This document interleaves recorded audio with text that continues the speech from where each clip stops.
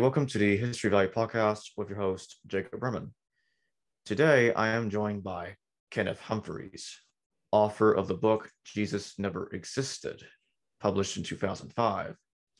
He later published another edition of that book called Jesus Never Existed, an Introduction to the Ultimate Heresy in 2014. He has also appeared on the film Caesar's Messiah, and he runs a website with the same book, but the same name as his book, called Jesus Never Existed, which I will leave a link to that website in the description below. And I will also leave a link to Kenneth Humphreys' Amazon page, so that way people can check out Jesus Never Existed and the newer edition of Jesus Never Existed. Should I add in there that they don't actually get or carry my major book? They only do the introductory book. Right. Amazon don't have access to my main book. I'll leave a link in the description too for people to get the main book. Mm-hmm. There's plenty of information on his website as well. And on Kenneth's website, Jesus Never Existed, he leaves a fascinating comparison of multiple different characters in the works of Josephus that parallel Jesus in different ways to show that Jesus is a composite character from his point of view. He thinks Jesus is a composite character. He's a fictional character with multiple layers of stories embedded in him, with parallels to characters like Jesus ben Ananus, that apocalyptic preacher. He was killed during the siege of Jerusalem on 70 CE. And he says things like, woe to Jerusalem. And it sounds like the apocalyptic preaching that Jesus does in Mark 13, but Jesus' character does. But before we get into those parallels, I'm going to start us off with my first question for Kenneth. So I first want to start off with, what led you to the conclusion that Jesus never existed? Basically, your journey in your life that led you to the conclusion that Jesus never existed. Okay, fair comment. Mm-hmm. Most of my life, I believed there was some sort of Jesus. Okay, I have to say that up front because the subject never really interested me. I should say that unlike most writers in this field, whether they're for Jesus or against Jesus, I never was a Christian. So I've never been a Christian that suddenly, or in the course of time, lost my faith. I've never had the faith in the idea that he was a saviour, but I thought probably there's some sort of character because, well, it seems reasonable enough, a Jewish rebel. But how did I ever get into writing about Jesus? I was actually intending to write a story about the Dark Ages, to be honest, and of course that involves a debate, a consideration, a great deal of with the Church. Holy Mother Church dominated the Middle Ages and the Dark Ages, so. You know, I thought, let's start with the church. Let's begin at the very beginning with the man who started the church, and then you begin to notice there's something odd there. You do not find substantial history of the man at all. You're entering a void. You're entering a void. If you don't believe the story, even in an elementary way, you find it rather puzzling that none of the things you might expect to be there are ever there. So, okay, so I started to get more interested in the Jesus character, and that became the focus of my inquiries. And, well, it's turned into a major chunk of my life because I've 20 years on this topic.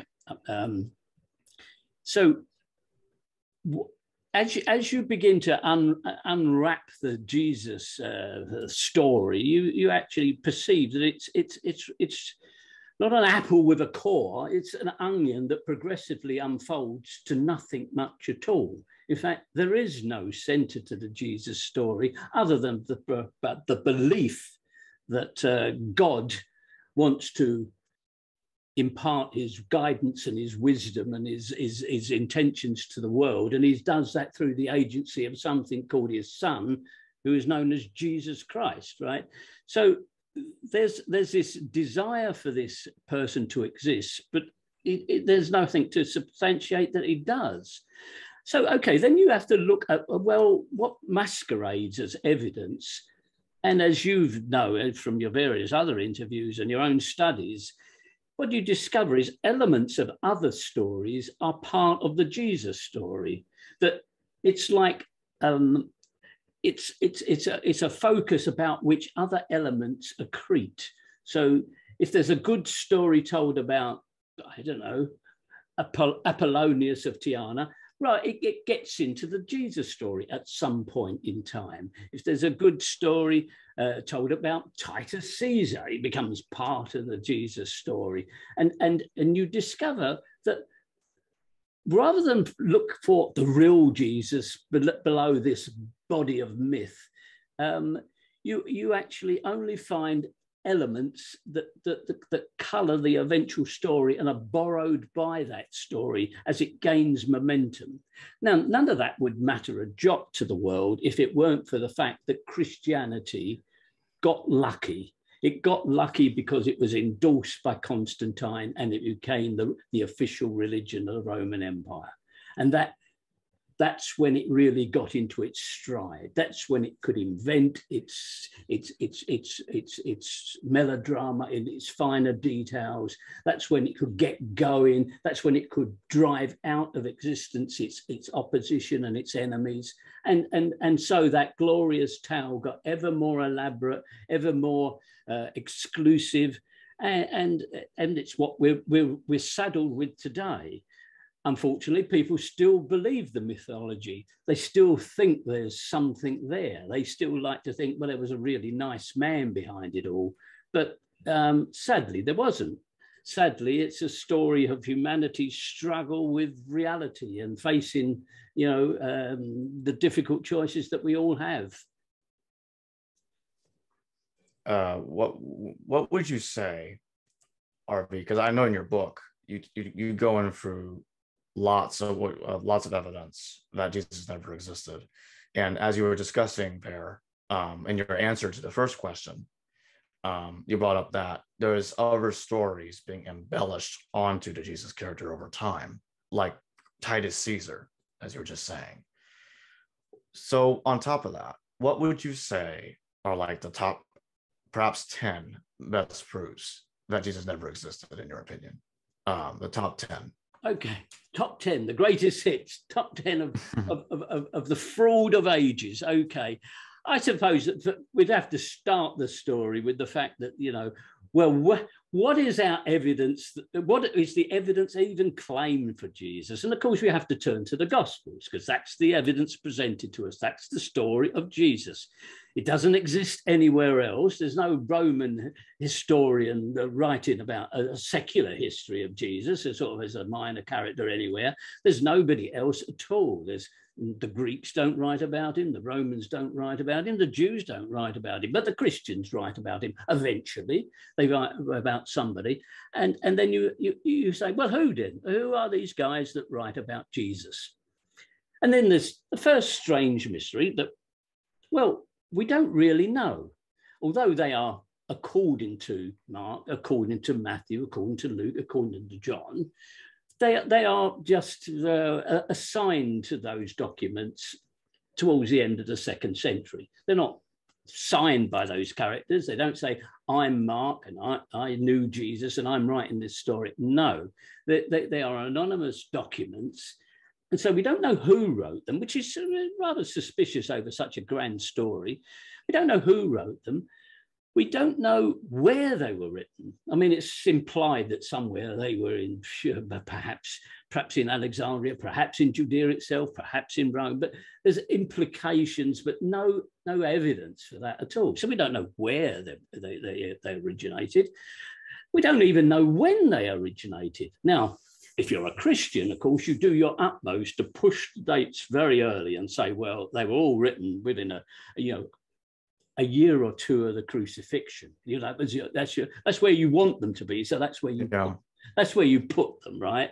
So, and some people try and masquerade that that's a bit of historical research, but the consensus of opinion is that it's much later than that, and we have a range of dates from round about the time of the Jewish War through to probably a century later. There's a range of dates about which it's as you would know, it's known as the sort of the Christian Dark Ages, when that very important period of time is just unknown to us. We don't know where things are, who's writing what, but it seems that then in the 2nd century, we begin to get some evidence of these tales, and they are all pushed back to a time before the war. So that they're implying that they are early documents and eyewitness documents, but they're not from eyewitnesses, and then they're not witness documents at all. They're a story.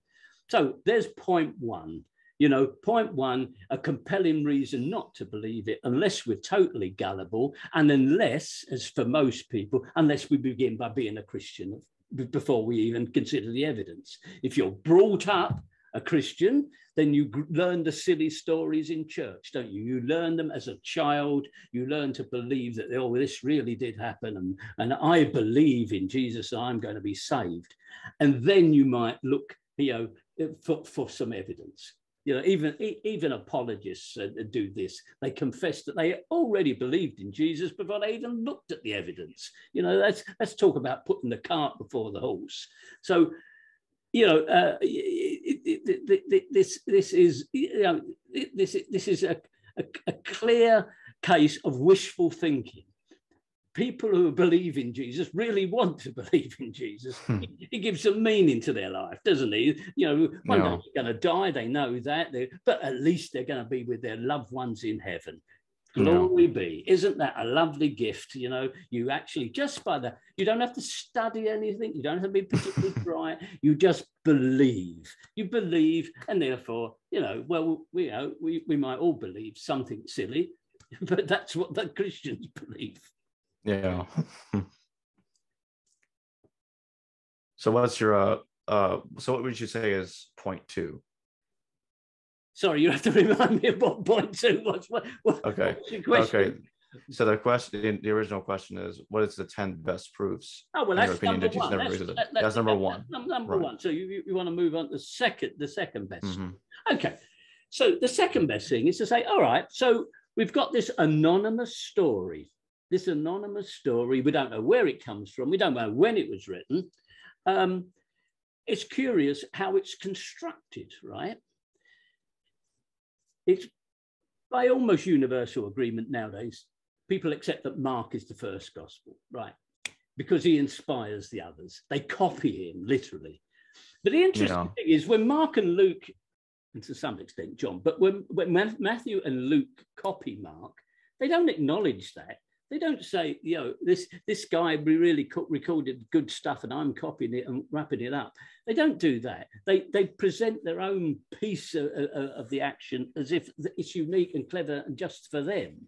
So the sources are very dubious because they can't even name a fellow evangelist as a source. They don't even name one of their own and saying, he helped me do it or something. It's presented quite fraudulently and without any legs. It floats free of any real tangible case. So there's that aspect. There's also the aspect that when you look at the stories, by golly, they all seem to have echoes elsewhere. Now, a lot of it, of course, is an echo of the Old Testament. The Old Testament speaks about what the Messiah, the coming Messiah, will do. And these echoes come into the Jesus story. Now, everybody knows that. And Christians spend a lot of time telling you, this is fulfillment. This is what fulfillment means.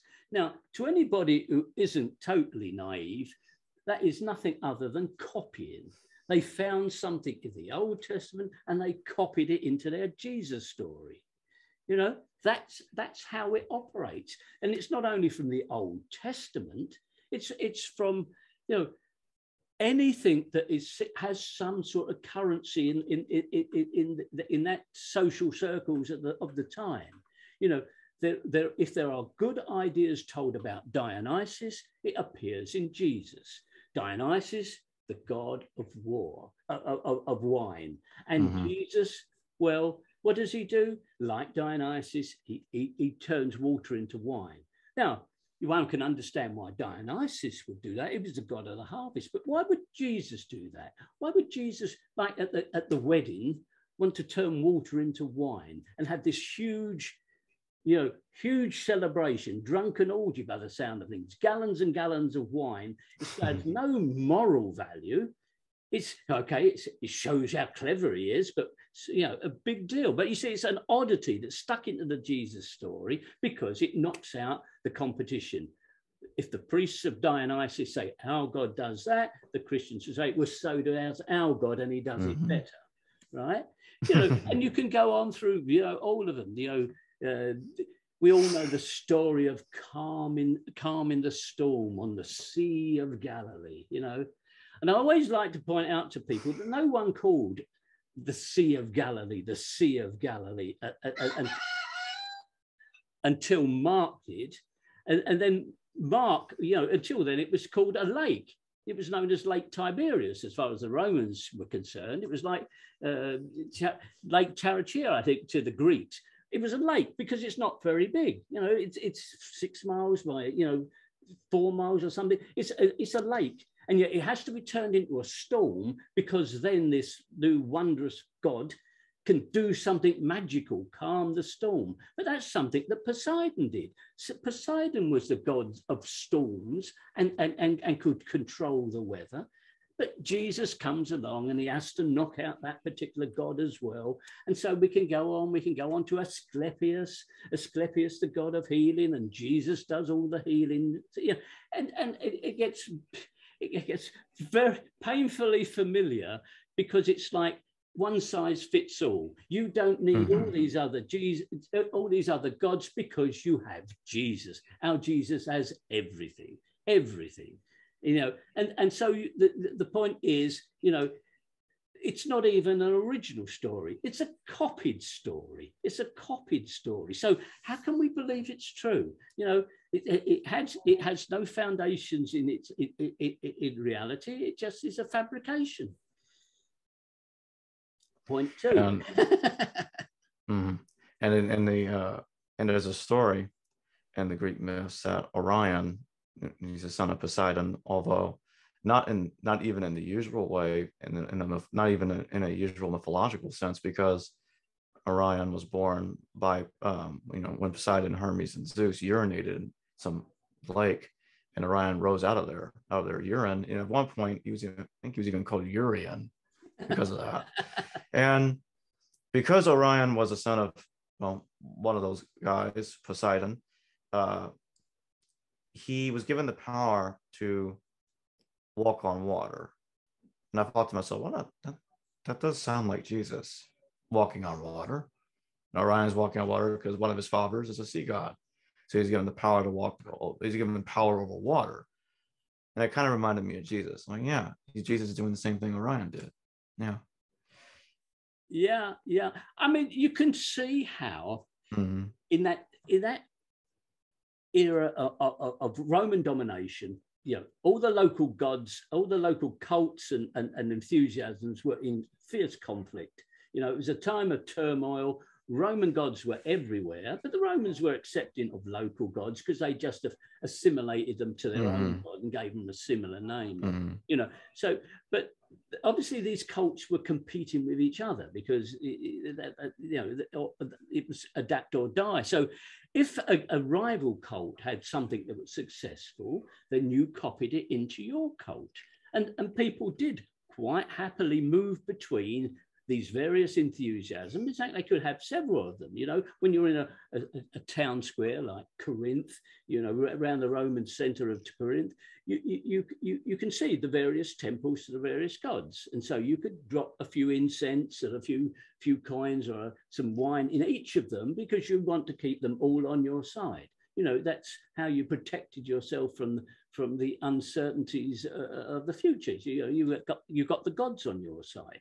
And so what you see in developing Christianity is a certain not only wholesale borrowing, which probably would have stuff borrowed the other way if they had half the chance, but the wholesale borrowing of earlier cults and but also the creeping element of intolerance coming into it, because whereas polytheists tolerated quite happily other gods, the Christians, of course, had an intolerant attitude, that they didn't want other gods. They associated other gods, as elements of the devil, so they demonized the alternate gods and were intolerant of them. So, it wasn't a happy development for humanity. That this is how it took place.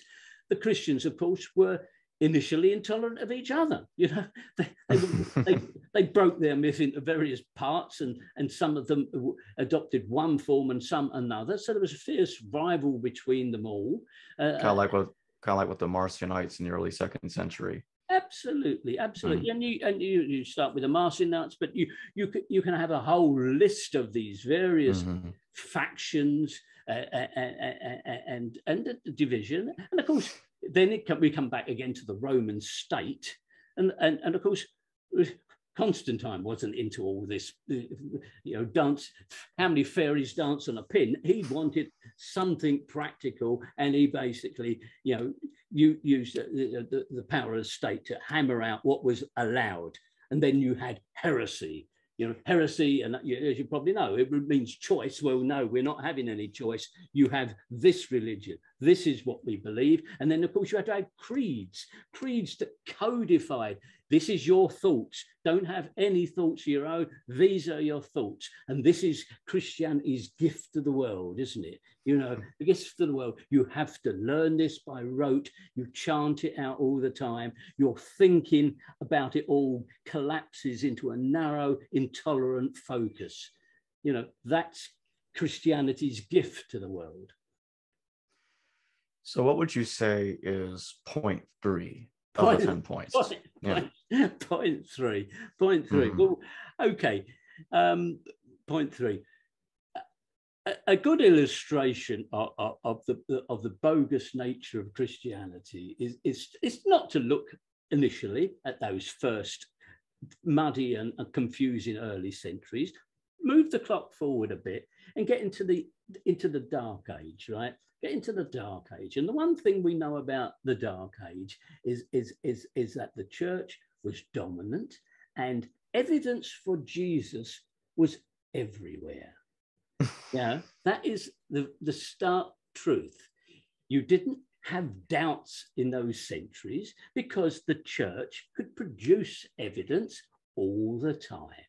If you wanted to see the straw on which Jesus lay in the manger, the church could provide the very straw. They had vials of his blood. They had his baby teeth.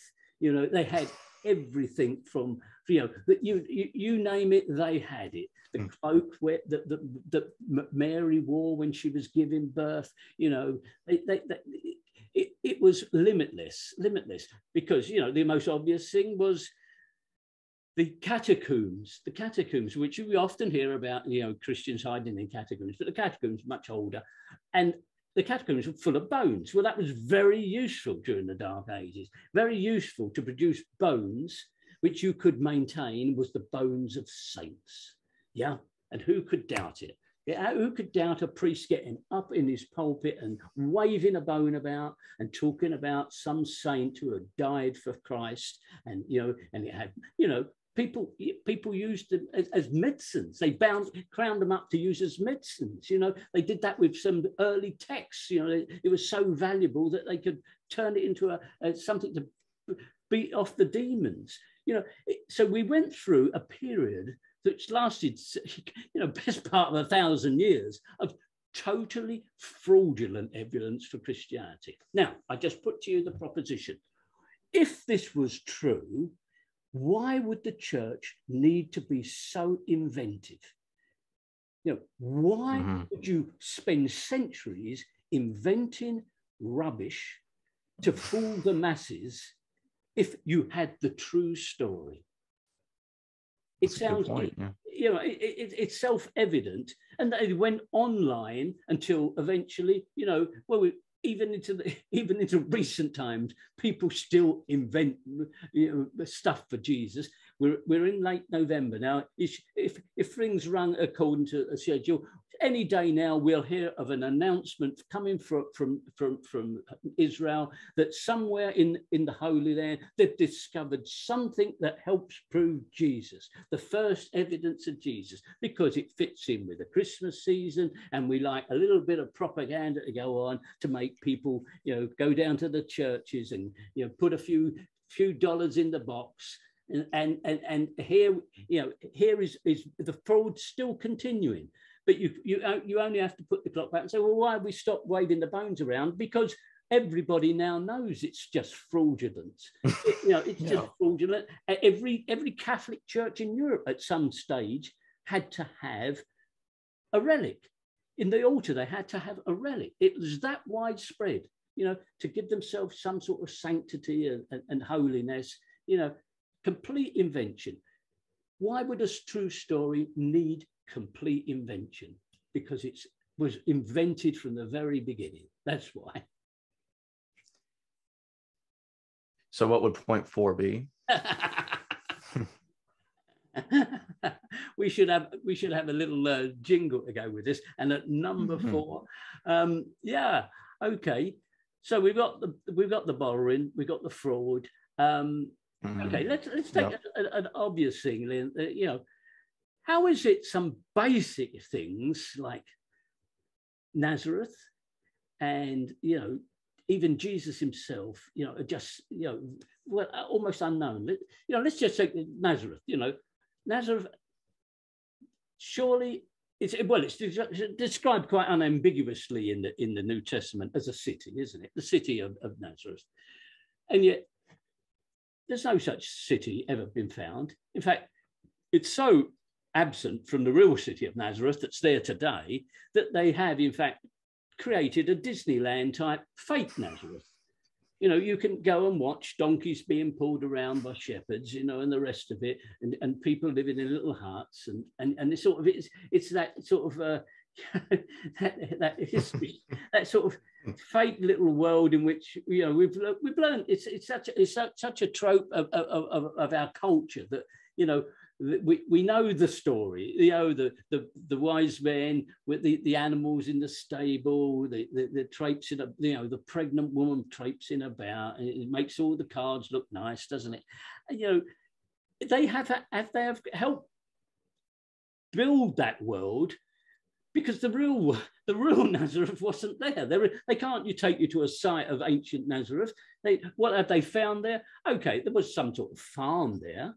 Some sort of farm, a family, perhaps, maybe an extended family of a dozen people. But, it maintains it was a city where there was a synagogue, where Jesus actually went and read some stuff. It just doesn't fit with that at all. It's just more fakery. This very, even when the first pilgrim of Bordeaux went to the Holy Land, it didn't stop at Nazareth. He was actually visiting sites that the Jews had said were parts of the Old Testament tale. These were things where Moses did this and Jacob did that. But the story, of Jesus, he doesn't find it. Okay, there's Jerusalem. Yes, okay, we have the final act in Jerusalem, but the rest of it couldn't be found. So that takes me on to point 5, is it? Point 5 is, where are these places of the Jesus venue? Where are these places? I've looked at them. If you've looked at my website, you might be familiar with that. That all these places, where he's done miracles, he's done healings, they are all suspiciously vague. And yet we're not so ignorant of what towns and villages were present in the Holy Land at that stage, because Josephus, a very important historian, he provides evidence of, I think it's 18 villages he speaks of in Nazareth, in Galilee. And Nazareth isn't one of them. So the person who was there who actually gives us a record, historical record of towns and places in that area. His evidence doesn't get validated by the gospel, but the gospels have other sites which just nobody finds, or they find several possibilities for those stories. You know, and that again, so you think the venue doesn't fit. They've invented. It's like it's one thing to put a story in, say, New York. We know in New York is you put it, but to actually then have to go to the story with the case of Jesus, where he has to have even a town that doesn't exist for his hometown. It doesn't make sense. It doesn't make sense at all. So the venues are very, very, very questionable. And when you do look at those, you find that many of them have precedence in Jewish fables. The place where did Jesus get baptized, for example? Where did he get baptized? Well, it turns out, it was somewhere that happens to have been a place where the Jews did something grand, like they crossed the River Jordan and entered the Promised Land. So it's sort of like one miracle, it sits on top of another miracle because that area has already been sanctified. Yeah. So the story is just a counterfeit story in a made up land is what I've often concluded again and again and again. So what would you say is point 6 at this point? Yeah. You're going to hold me to 10, aren't you? You're going to hold me to 10. Okay. What else can we say? Well, okay.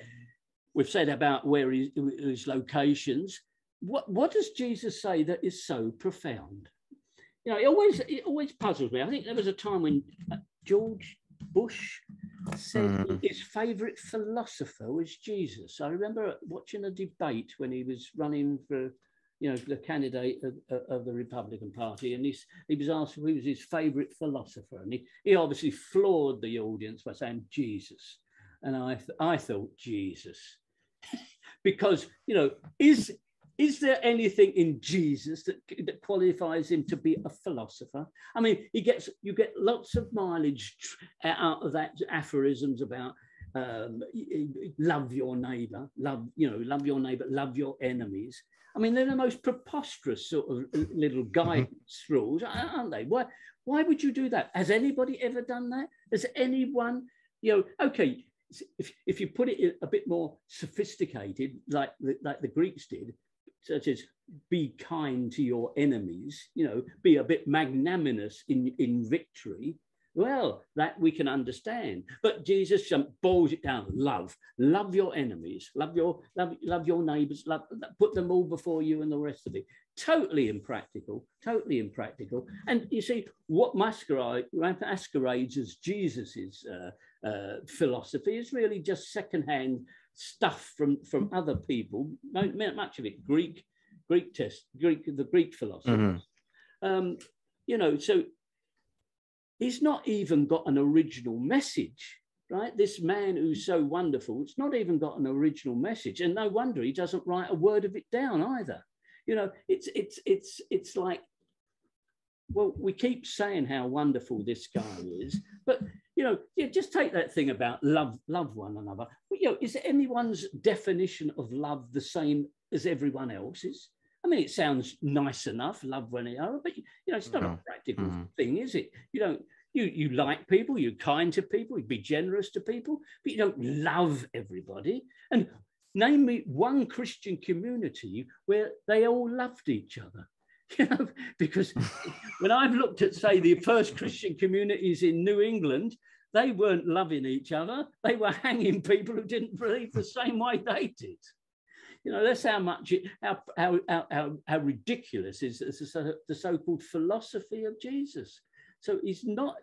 So there's no original message there. There's no original message. There's no original story. There's no reality to the landscape.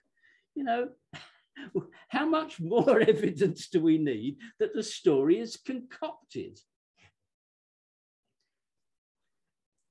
As for point 7, would you say, I feel let's bring Paul into this one. Ah, right. Yeah, Paul, I always found it strange how Paul's Jesus is so lacking in comparison to the gospel Jesus.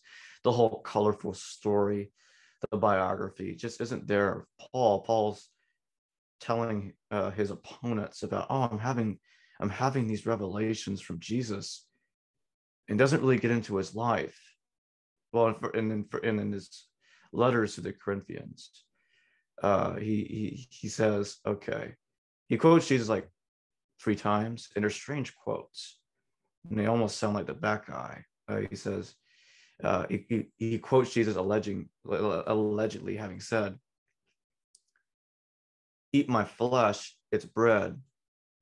Drink my blood, it's wine." And it sounds like the scene in Greek mythology when the Titans tear up Dionysus, the god of wine, and they do just that. They drink his blood and they eat his flesh. And I wanted to ask you, in regards to point 7, would you say that Paul's lacking on a biography, on a serious biography of Jesus like the Gospels do? The Gospels are written later after Paul, building over that and adding this extensive biography. Would you say that's evidence in itself that Jesus didn't exist? I'd certainly say it contributes to that, but let's put it a slightly different way. We could say that the story is clobbered together in a very imprecise way. First point about that is we don't have a gospel, we have 4 gospels. Now, why would we have 4 gospels that differ with each other so many times it's not true, right? They don't consistently agree on anything and often flatly contradict each other. You know, that is the first strangeness, which we can explain perfectly well from a secular point of view, you know, but that is the first. The second one is the transformation of what would seem we start off with a story. God comes to earth, or the Son of God comes to earth, right? And he chooses 12 apostles to spread the word. He gives them the power over spirits and so on. Okay, but then we switch the story halfway through and we talk about Paul, not one of the 12 that he's chosen. The story is now totally different. It's not the 12 going out spreading. That's not what we read about in the Acts of the Apostle. We don't hear about most of them at all. But what we hear about a lot is Paul. So now we've got a Paul sort of version of Christianity, which you say is very different from what the Gospels project for you. The Gospels, you know, I've had Jehovah's Witnesses say to me, oh, they find Paul a bit of a, you know, bit difficult. You know, the Gospels are, you know, it's children's literature, isn't it? Anyone can understand a man perambulates about the world and perambulates about his back door, really, and he does a few simple tricks, like gives someone his sight. I mean, a real God could give everybody their sight, but no, he has to bump into somebody along the way and he gives him his sight. So that's what he does. But Paul, we don't hear about this person at all in Paul. It's a different sort of story, isn't it? It's a different story. We're talking about Lord Jesus Christ. Lord Jesus Christ, he's sort of up there in the sky. There's none of the practicalities of a person that Paul should have, you know, been hanging on his coattails if he really existed. After all, Paul tells us he was, you know, really into the law, really into Judaism, wasn't he? Scripture. He was, you know, exceeded beyond all the others. He was in Judea at precisely the time that Jesus was supposedly knocking around. That's how the chronologies stack up.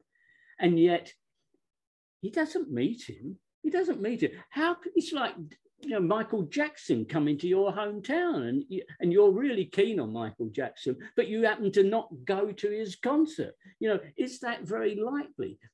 Jesus is supposedly calling all these crowds from all over Judea to see his miracles or what have you. And Paul is somehow out of town at the time. He misses them all, and yet Paul carries the can for Christianity. And it's obviously what's really happening here is, a rethink halfway through the story's development. And they have to now bring in Paul. And Paul is actually making a much more practical contribution, because he's supposedly founding churches. He's supposedly writing out the theology of it all, and he doesn't have to hang around with the guy like a groupie for a year or two. He just gets messages straight from heaven, doesn't he? And he writes it all down. He's inspired by all this. Well, it's obviously a nonsense. It's obviously a composite story that's barely put together in a coherent way. When you read the Acts of the Apostles, which is an attempt to do that, you realize how badly it all fits together, in terms of being a consistent, and believable story, because it isn't. Unless you have faith, it isn't a believable story. It just doesn't convince anybody. And sticking to the subject on Paul for a bit, and to point 8, yeah. Mm-hmm. Paul in Galatians, and it makes a statement that's fascinating to me. That he states that Jesus had chosen him before he was even born. And when I think about that, it's like, okay. What I've thought about to myself before is that if you kind of put that with 2 Corinthians, because my take on 2 Corinthians, when Paul supposedly flees from Damascus, from King Aretas IV, and the strange thing about King Aretas IV is, and many scholars have noticed this, it's like, wait a minute, King Aretas IV never controlled Damascus. And the Romans, since the 60s BCE, controlled Damascus. So the Nabateans never controlled Damascus in the 1st century CE. And that was problematic. And then in 2 Corinthians, Paul states that he doesn't lower himself, he is lowered on a basket. And then he runs from King Aretas, a guy that never controlled Damascus. And I couldn't help but think to myself, that sounds just a little like Moses' nativity. He's put on a basket, he's floating on a river to run away from Pharaoh. Well, he obviously, the baby can't run himself, so he needs help. And it kind of sounds like Paul. I thought about it being, could it be Paul exaggerating how he was born? And if that's true, then it could be argued that Paul wasn't even directly a contemporary of Jesus. He was born shortly after the man was allegedly crucified, which could dovetail with Galatians saying, with him saying in Galatians that the celestial Jesus chose him. Yeah. Before he was even born. It doesn't sit happily in anyone's mind if they're thinking. No. Really. Right. I mean, I've looked at Paul quite a bit, and certainly is supposed fun and games in Damascus doesn't make any sense at all. I mean, start off with the fact, 1 minute he's a young man who holds the coats of the people that are stoning Stephen, right? Yeah, I know. Yeah. They don't say how old he is, but Stephen's, the first martyr, right? It's not long after the crucifixion there. And Paul is holding coats. But the next time, he's the chief persecutor of the Christians, yeah? The high priest has selected him to be the chief persecutor of the Christians. You think, well, he's got quite a quick promotion there, from coat coat girl to chief prosecutor, and it's not underestimated. It was night and day, pulling them out of their houses, and some of them were apparently killed. Although their martyrdom soon gets forgotten because it's not them who feature in the story. But okay, so then Paul gets this commission to go up to Damascus. You think, and the chief priest has got the authority to do that in another Roman province. He's going to send him to go up there and rescue these people. And then you think, well, hang on, because the amazing little thing at the end of the bit in the gospel about that is that the Christians fled to Damascus, but except the apostles, right? They are still in Jerusalem. So you think, so he's going after some minor recruits who've run away, and yet the main guys are still in the city, and he ignores them. Now, that is one strange sort of persecution, isn't it? And the other thing about that persecution is when Paul converted, is taken by Christians to Tarsus to get him out the way. They fear the Jews, of course, but the persecution stops. So you think, what was this? A one-man persecution? I mean, is that even possible? Is that even possible? You know, but you have to have the stupidity induced by Christianity to roll through these verses and not notice these silly bits and pieces that make up the story. And that's of course, you know, how Acts of the Apostles puts it. This terrible clobbering together of nonsense. And yet, well, no wonder the church for centuries forbade ordinary people from reading the Bible. You know, they couldn't access it. It was something that the priest dispensed to them when the priests could read the Bible. Of course, in the end, even the priests couldn't read the Bible. They were so illiterate. But, you know, it's like the triumph of simply a mashed up mythology, but really the reality was a criminal organization called Holy Mother Church. That was the reality, that Holy Mother Church took over Europe and imposed itself and created these sort of fiefdoms of Christianity, where they just enriched themselves and built themselves monstrous buildings to intimidate ordinary folk, who then slaved away to keep them in that way. And it's from that we're retreating out of now, slowly but surely. And the priests still hang on to what they can. They still hang on to their nonsense stories. They still hang on to their scams, which get revealed again and again and again. You know, it would almost make one weep. That's why I laugh at it all, because it is laughable, because otherwise you'd cry about it all, because it's such a tragedy. So I think the conclusion to point 8 is Paul, a suspicious individual, persecutes the church, suddenly changes sides conveniently. And Jesus, a guy he never meets, and it can't even be quite firmly established if he's actually a contemporary or near contemporary of the man, only meets him through visions, and never meets the earthly physical Jesus.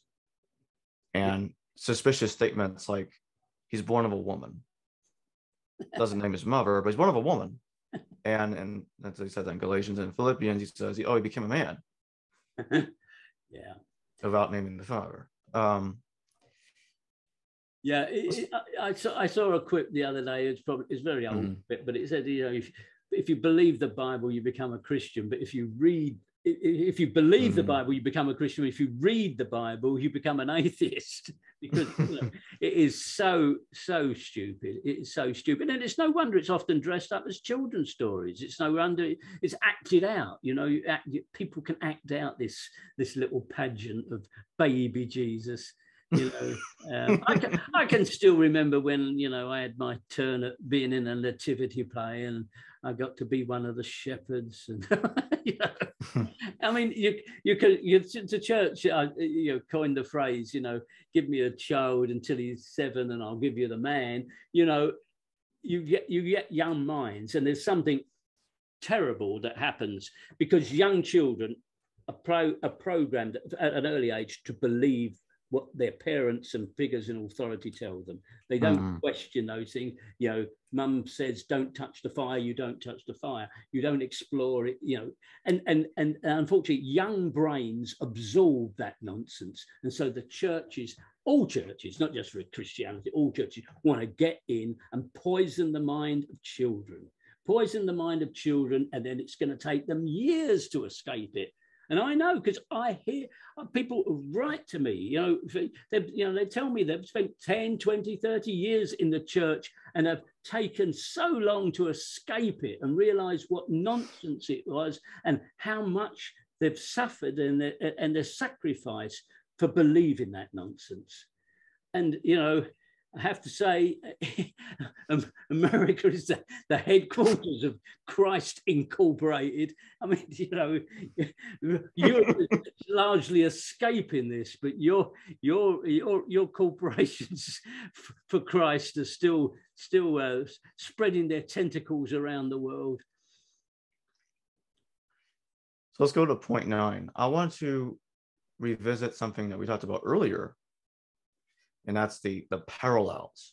But instead of looking at different religions and their parallels to Jesus, let's focus more on like the things Josephus says that seems like the Gospels are amalgamating and applying to Jesus' character. Instances like, okay, Jesus ben Ananias, we talked about him earlier.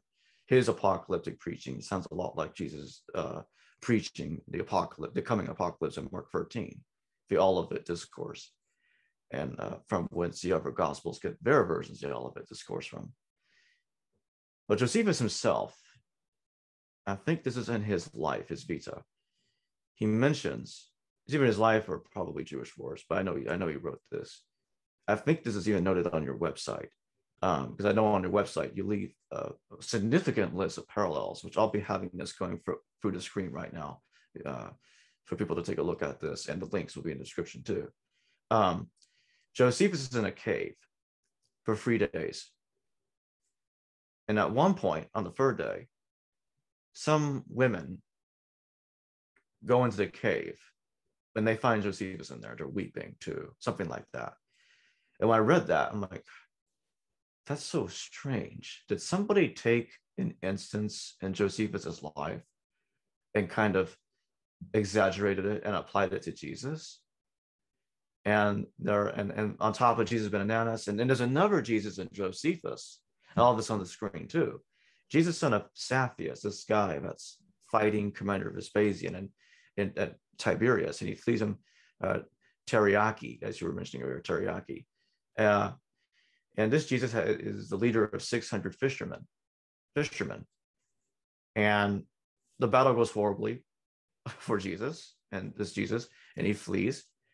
Although he later appears to be caught and killed, at least Josephus implies that when Vespasian captures Tiberius, he says the seditious ringleaders of Tiberius, the seditious ringleaders are put down.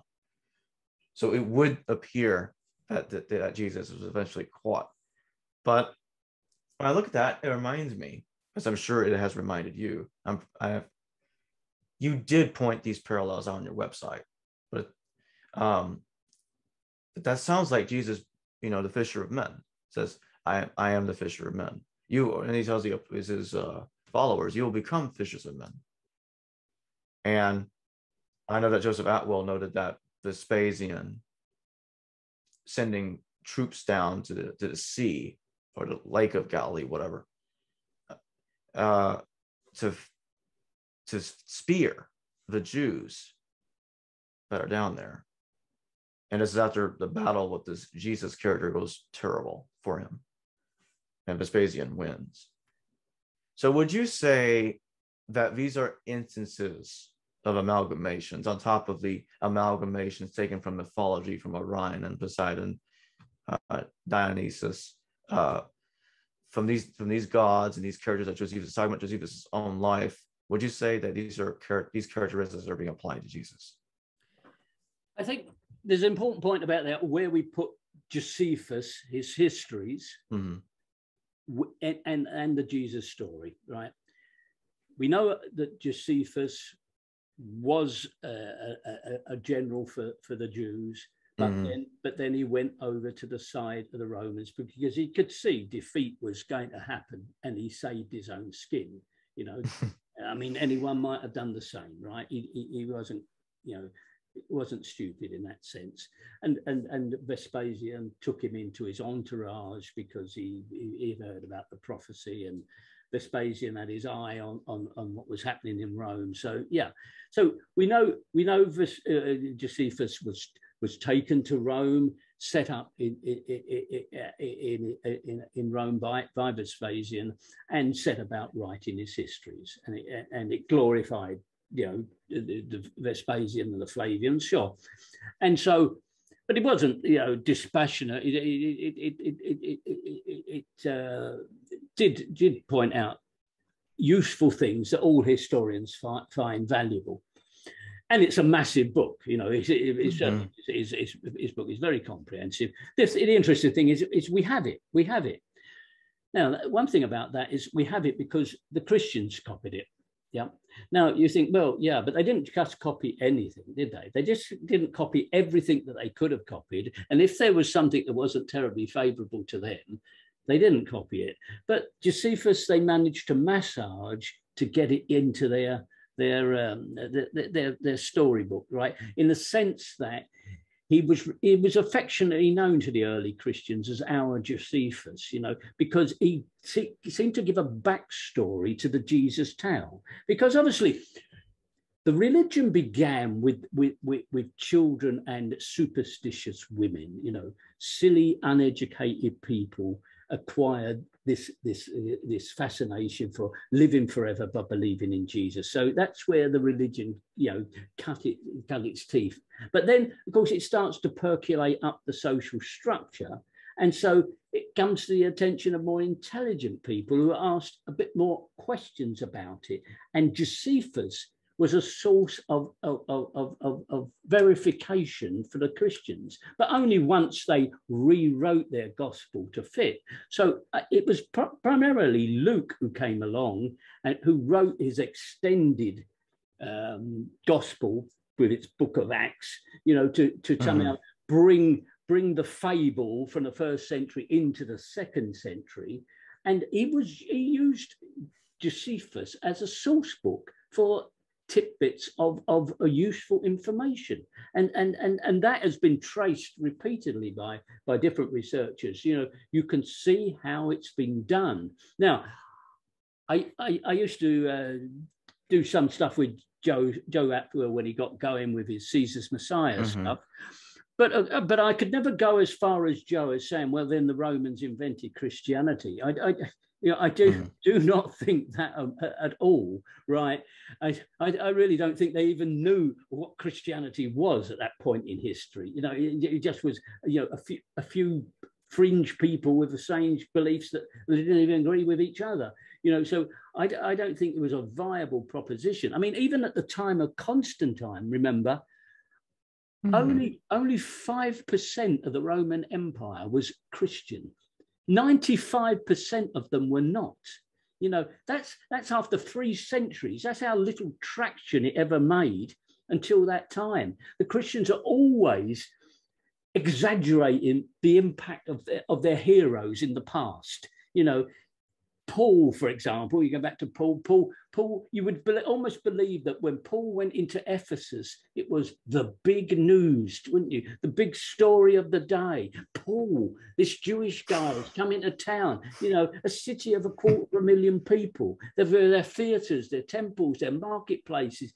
What do you think they would have thought of some Jewish holy man getting off a boat and saying you're all wrong? I mean, you know, the idea that he overturned the city of but that's what Christians do all the time. Their heroes are given these wonderful roles in the past that nobody can verify because it's all bogus, it's all untrue, and so there is an important point there about Josephus, very valuable, preserved because the Christians, for them, it proved useful. And they only had to do two things, didn't they?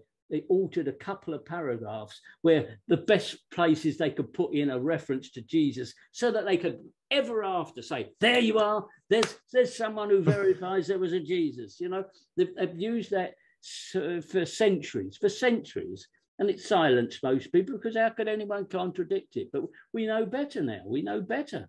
We know, so the latest thing on that. Yeah, I know you've talked about the testimonium so many times, but this current thing is about partial interpolation. Have you ever heard of such crap?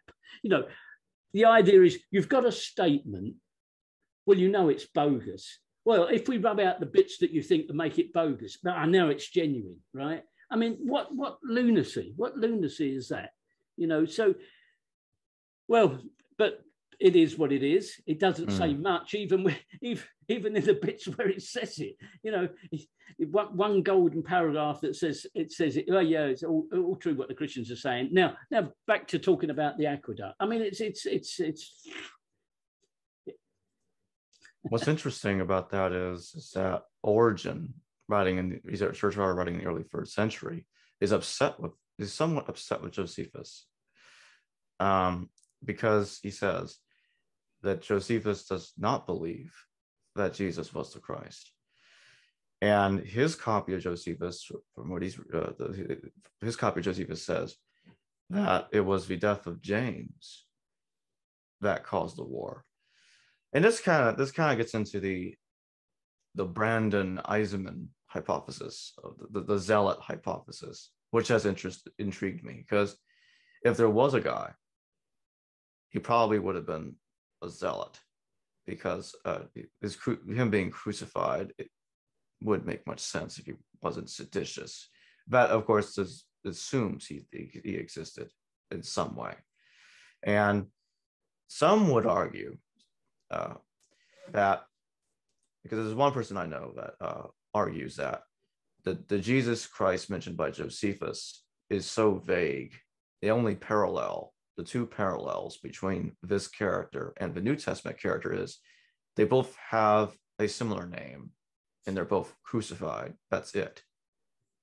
So one could argue that, okay, this character Josephus is talking about is just coincidentally similar to the Jesus in the New Testament, but it's not the same character, and that Eusebius modified it in the early 4th century CE to make it look a little more like the New Testament Jesus. Yeah. I'm just throwing that in there. Yeah. When we come as far as Eusebius, we really are into wholesale fabrication. I mean, he wrote the original history of the church, and he gave us out some early references, but it's interesting what he doesn't say as much as what he does say. And there's things he doesn't know. I found it interesting that he doesn't know about Nero burning Christians. Right. He doesn't know about that. Now, isn't that interesting? Eusebius in the 4th century doesn't know about Nero burning Christians, because, of course, Nero didn't burn Christians. There's another part of this glorious fable. There's no evidence of early Christians in Rome at all. There isn't. I think that sums up point 9, and point 10 can be quickly done. We can be done with point 10 pretty quickly, because really this kind of gets into point 10, Christian forgeries and anachronism involving Eusebius, because one of the forgeries Eusebius wrote is the Doctrine of Addai. Some will argue Doctrine of Addai was forged a little earlier, but I think my personal opinion at the moment is that Eusebius did it, because it doesn't show up before Eusebius, the Doctrine of Addai. And it makes this very funny statement, and I giggle every time I read this. He states that in the time of Jesus, the governor of Judea, just after Pilate, was Albinus. Well, actually, he says that that's the governor of Syria, so he actually gets the location wrong and the time wrong, because the translator of the Doctrine of Adai noted that, that's Governor Albinus and Josephus. And the problem with that is he ruled 25 years after Tiberius died. So how could it be? Because Eusebius says he's writing to Tiberius. So how is Tiberius receiving letters from Albinus when Tiberius is dead? And Albinus becomes governor 25 years later. So he's writing to a dead man. And, and the thing is, you go back to Josephus for a moment. Yeah. Josephus tells us about a Jesus Ben-Ananus again. The Jews got mad at him. That's happening on 63 CE. And they're tired of him saying, "Oh, Jerusalem's going to be destroyed at some point in the future." So they capture him, and they bring him before Governor Albinus. And then Albinus says, "Okay, he's just a lunatic. Let him go." Which could remind one of Barabbas and him getting released by Pilate. Yeah. But at the same time, I can't help but think Eusebius read that, and that's where he got the idea of hurling Governor Albinus into the Jesus story, anachronistically speaking. Yeah. The big problem for mythicists is the sheer quantity of material that we have to deal with, because the lie can be kept quite simple. You can have your big evangelical church, and thousands of people are happy to sing happy clappy hymns and sort of feel the power of Jesus all around them, and it's such an anti-intellectual approach. And you try and speak to such people and you're wasting your time. They just don't want to know the nitty gritty of who wrote what when, and when is the chronology all over the show and the rest of it. So someone has got to have doubts in their mind to begin with. That's how I feel about it. Occasionally I've been invited to churches and spoken to audiences, and they're very polite. They sit there smiling, and I can tell them that the most colossal errors in the story, and they just will smile and say, "Yeah, but I know Jesus talks to me," and and what do you do? That's a problem, that many religions will claim that their personal God talks to them.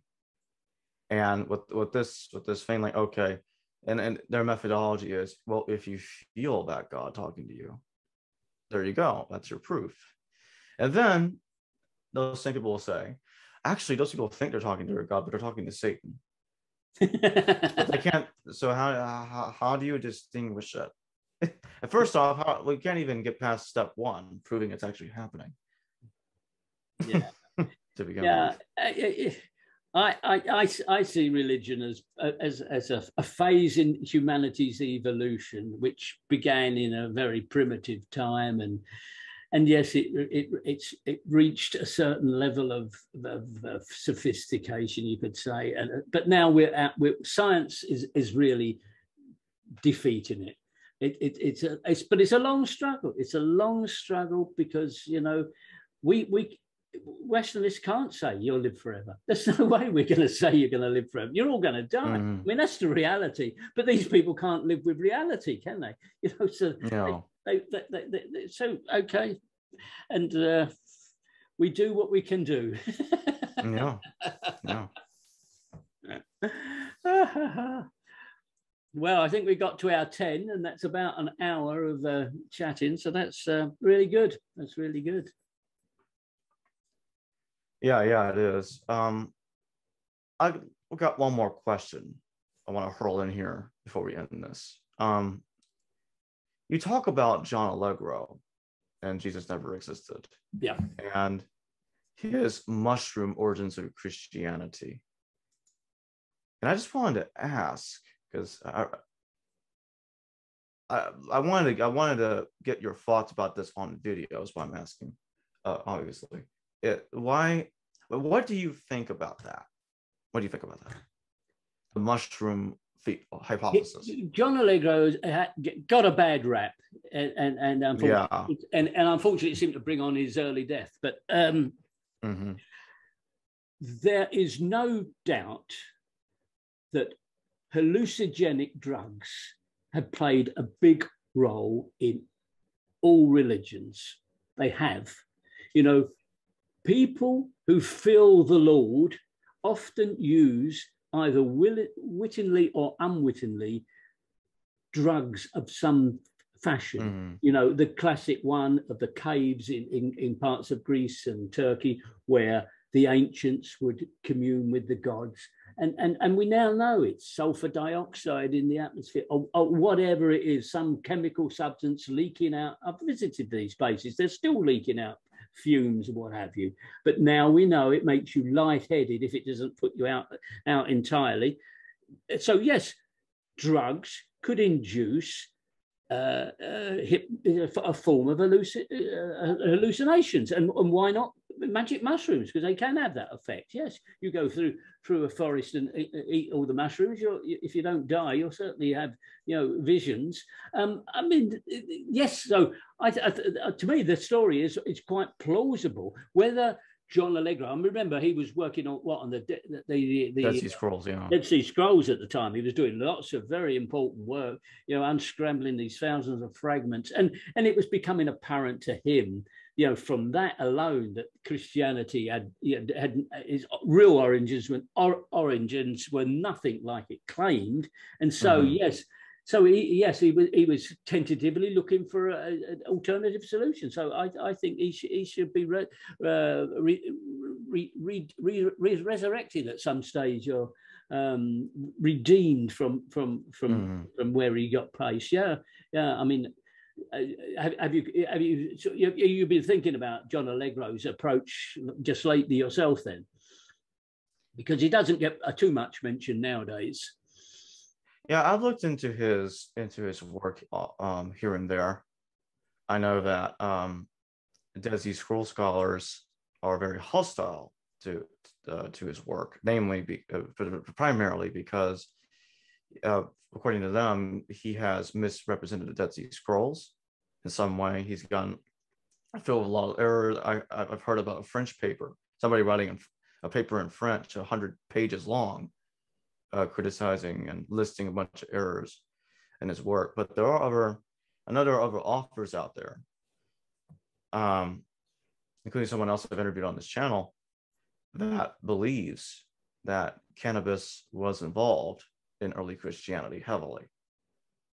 And all I'll say is I can see where they're coming from. Yeah, why wouldn't it be? They had plants. They didn't identify narcotic plants. They had plants, and some they might use to sprinkle on their food, but others, why wouldn't they be using these drugs? I mean, from the sweat, the sweat tents of the Indians used to have, the lodges, the sweat lodges. People have used all kinds of ways to escape the presence, isn't it? Escape into a different world. Okay, they didn't realize it was their mind playing tricks. They thought they were, wandering the cost of the earth or something. But so there is no question that drugs have played a part in Christianity. It has.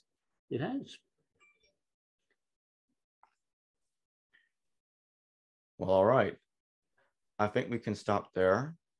I just want to say real quick that I want to thank you for joining me. It's been a pleasure. I'm sorry it took so long. I mean, Oh no, this happens. I understand. It happens. But again, thanks again for coming on. We should have this again at some point. This has been a fun conversation. Of course. Very fun. I was fond for 20 years of saying anytime, any place, I'll talk about Christians or Christians or anytime, Jesus. But to be honest, I've got a little bit weary of Jesus, and I try and do some other things nowadays. But but he never leaves me. He's always there. So I'm going to remind the audience, check the links in the description. Oh, and I'm going to leave a link to Kenneth Humphrey's YouTube channel. He has a YouTube channel. I'll have it up here at the end screen of the video as well. So any of you can go click on that and it'll take you straight to his YouTube channel. Yeah. Just so they can see the book. Thick book. All right. Well, thanks again for joining me, Kenneth. Thank you. Thank you. It's been a pleasure. Yeah. You take care. You too.